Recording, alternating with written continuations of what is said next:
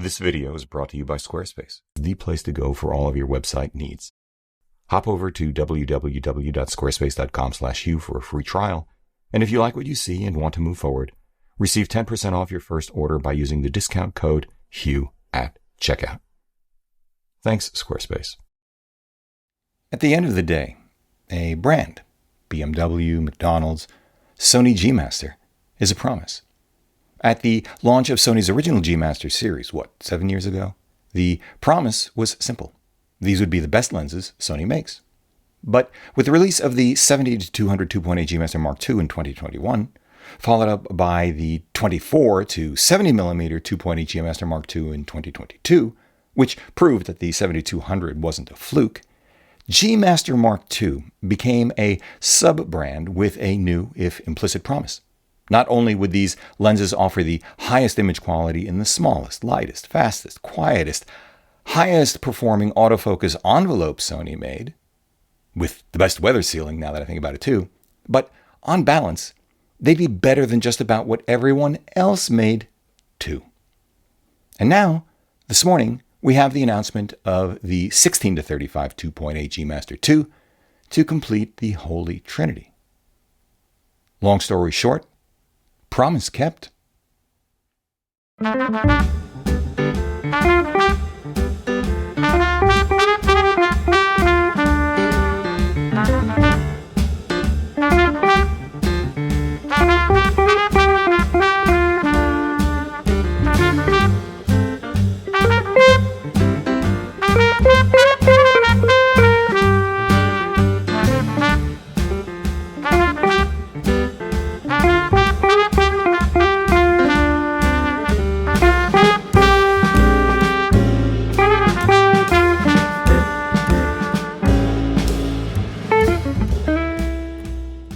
Hey everybody, I'm Hugh Brownstone for Three Blind Men and an Elephant, and this is going to be an incredibly short video because I have a very clear sense of what it is I'm seeing in Sony's 16-35 2.8 G Master Mark II.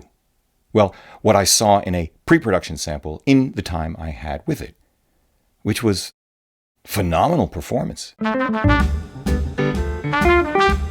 Better than some primes.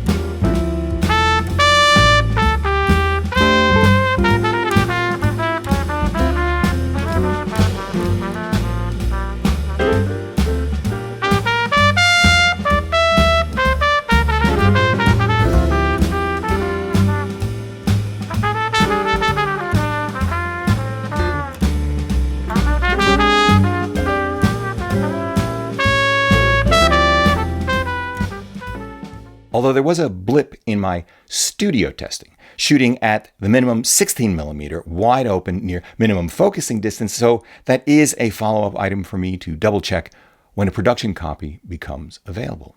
But where it matters, that is, in the real world, for me on the streets of New York, it quickly became apparent that this is the best and lightest, smallest 16-35 I have ever had in hand.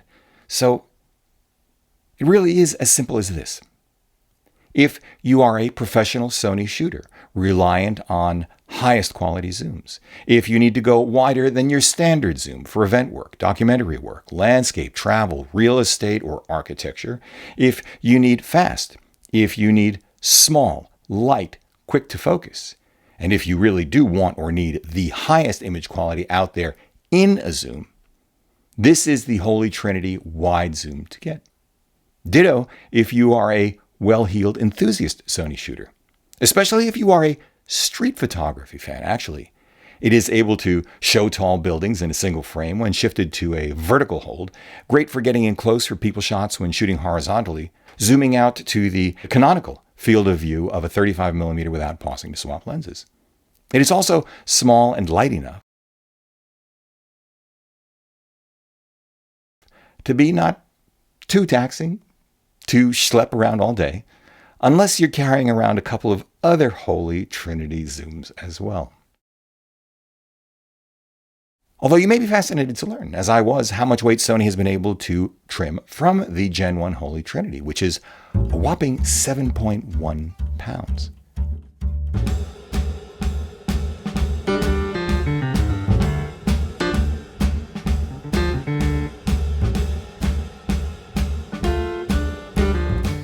And the Mark IIs are noticeably sharper, better corrected, and smaller as well. Which is why we own the 24-70 and the 70-200 GM2s, bought with our own hard cash. Sure, there are other wide zooms out there. Sony makes a relatively small and light $1,100, 353-gram 16-35 f4 power zoom. Sigma and Tamron make smaller, lighter, and less expensive alternatives. A $900 450-gram 16-28 2.8 and an $800 420-gram 17-28 2.8, respectively.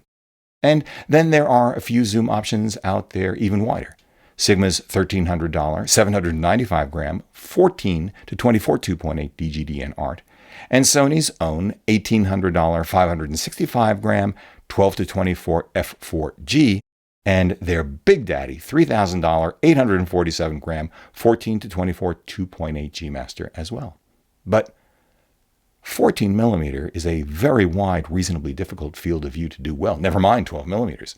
And if one does have the 24-70 or the even newer, lighter, smaller, less expensive, and quite compelling 20-70 f4, well, my priorities and use cases might incline me towards a wide prime and use the resolution of my A7R5's 60 megapixels to fill the gap to a 24mm field of view if I really needed that somewhere in between, which I most likely would not need on the streets of New York, London, Tokyo, or, well, hold that thought for another time, more locations coming. Thus, I'd rather pay for and carry, say, Sony's $1,500 460-gram 14mm f1.8 G Master, maybe even Sigma's relatively inexpensive, tiny, uber-light, and surprisingly good, stop down to 5, 6, or 8, which is where I typically would shoot, $600 220-gram 17mm f4, and if you want the best super wide prime out there that, again, I've ever had in hand, you might want to drop $1,700 for Sigma's Mongo 1.1 kilogram 14mm f1.4, which is better all around at the wide end than the 1635 Mark II, any other prime I've ever seen, again, in the real world. I mean, look. Of course, your mileage may vary, and as always, that's fine. This video is brought to you by Squarespace. From custom domains to beautiful websites using their easily customizable templates that you can have up and running in minutes, e-commerce, email and email marketing, SEO, analytics, and scheduling, Squarespace does it all and has done it for us for the last 6 years.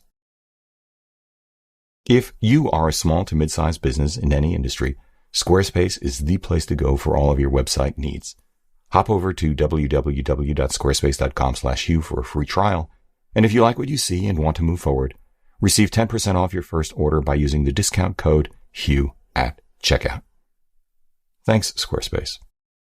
If you like what you've seen here today, please give a thumbs up, subscribe to the channel, join the conversation in the comment section below because this is an exceptional audience. If you'd like help with a portfolio review, gear selection, finding or honing your artistic voice, sign up for a one-on-one mentoring video call via Zoom at 3bmep.com/booking. Finally, please consider supporting our work by using the no-cost-to-you affiliate links down below, sending us coffee money via PayPal, or most especially, joining us on Patreon, links down below as well. However you choose to support us, as always, we thank you for it.